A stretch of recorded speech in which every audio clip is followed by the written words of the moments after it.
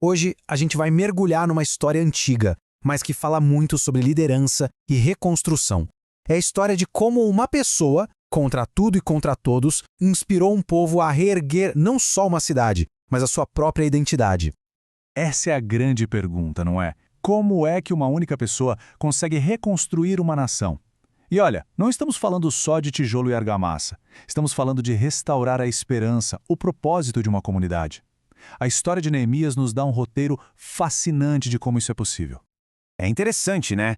Muitas vezes, as maiores missões da vida não nascem de uma visão toda planejada, mas sim de uma crise profunda. Tudo começa com um chamado que surge literalmente do meio da ruína. Ok, vamos lá. Para a gente entender a jornada do Neemias, a gente precisa voltar para o momento exato que deu o estalo em tudo. Aquele momento em que ficar parado simplesmente não era mais uma opção. Imaginem só ouvir essas palavras. Isso aqui não é só sobre uma estrutura física, entende? O muro em ruínas significava vulnerabilidade total, vergonha, a perda de uma identidade nacional. Era o símbolo de um povo quebrado. E o que torna tudo isso tão curioso é para quem essa notícia chega. O chamado não vai para um general ou um engenheiro lá em Jerusalém. Não, ele chega para um homem a centenas de quilômetros de distância, vivendo no luxo de um palácio persa. E olha, ser copeiro do rei não era só servir vinho. Era uma posição de confiança absoluta. Neemias tinha, literalmente, a vida do rei nas mãos, todos os dias. Ele tinha poder, acesso, conforto. Arriscar tudo isso por uma cidade distante e em ruínas era uma escolha, no mínimo, radical. Mas Neemias não é um cara que age por impulso. Assim que ele consegue a permissão do rei e chega em Jerusalém, a primeira atitude dele não é fazer um grande discurso. É algo muito mais estratégico, uma investigação silenciosa. O plano dele é incrivelmente metódico. Primeiro, ele garante a autoridade política e os recursos. Depois, ele viaja, mas antes de falar com uma única pessoa, ele vai lá inspecionar a realidade com os próprios olhos. Só depois de tudo isso é que ele apresenta a visão dele. Isso é uma aula de liderança. Em vez de confiar em relatórios de segunda mão, ele vai pessoalmente ver os escombros no escuro sem ninguém ver. Ele precisava entender a dimensão real do problema antes de propor qualquer solução. Os fatos dele precisavam ser irrefutáveis. E só depois dessa inspeção noturna é que ele reúne os líderes. A mensagem dele é direta, honesta, e apela para um sentimento que todo mundo ali compartilhava: a dignidade. Não é um sonho vago, é um chamado à ação, claro e urgente. E funciona. O povo responde: vamos reconstruir. Com a visão estabelecida e o povo motivado, começa o trabalho de verdade. E a forma como Neemias organiza essa tarefa monumental é uma aula de gestão e de mobilização comunitária. E mais incrível é quem construiu esse muro. Não foi um exército de construtores profissionais, foi toda a comunidade. Sacerdotes trabalhando lado a lado com perfumistas, governantes com comerciantes. A estratégia foi genial. Cada família reconstruía a seção do muro que ficava bem em frente à sua própria casa. Isso deu a todo mundo um senso de propriedade, de urgência no projeto. Mas é claro que um projeto desse tamanho nunca acontece sem oposição. E a oposição que Neemias enfrentou foi intensa, vindo tanto de fora quanto de dentro. Isso aqui ilustra o desafio de uma forma brilhante.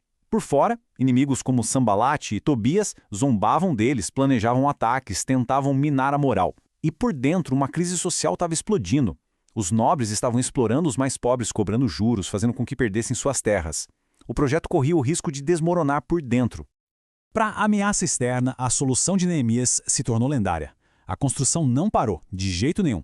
Em vez disso, a força de trabalho foi dividida. Metade construía, enquanto a outra metade ficava de guarda, armada. Os construtores mantinham as espadas ali, na cintura. Eles viraram uma milícia de cidadãos, defendendo o próprio trabalho que estavam fazendo. Diante do medo, da guerra psicológica, Neemias não oferece falsas promessas. Ele lembra todo mundo do propósito maior.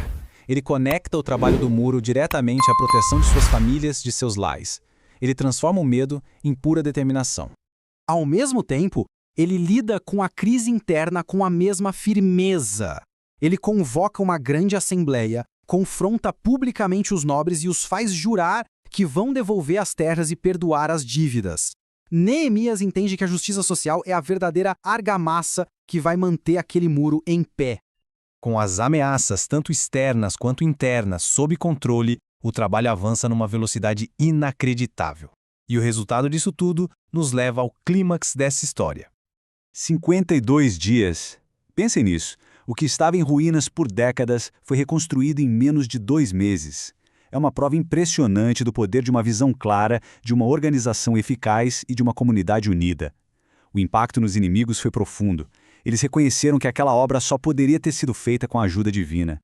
Só que a verdade é que Neemias nunca arriscou tudo apenas por uma estrutura de pedra. O muro era um meio para um fim. A verdadeira missão era criar um espaço seguro, onde a comunidade pudesse se redescobrir. E o que acontece logo depois que o muro fica pronto revela tudo.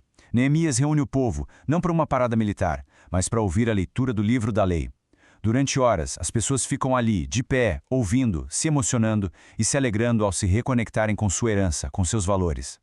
Essa é a mensagem final de Neemias para o povo. A reconstrução física levou à renovação espiritual. A segurança do muro permitiu que eles redescobrissem a sua identidade. A verdadeira força, no fim das contas, não estava nos tijolos, mas na alegria e no propósito renovado da comunidade. No fim, a história de Neemias é muito mais do que um muro antigo. É um lembrete de que as grandes reconstruções, elas unem as pessoas não apenas para construir algo, mas para se tornarem algo. E isso nos deixa com uma pergunta. Quais são as muralhas, visíveis ou invisíveis, que precisam ser reconstruídas hoje? E de onde virá a coragem para começar?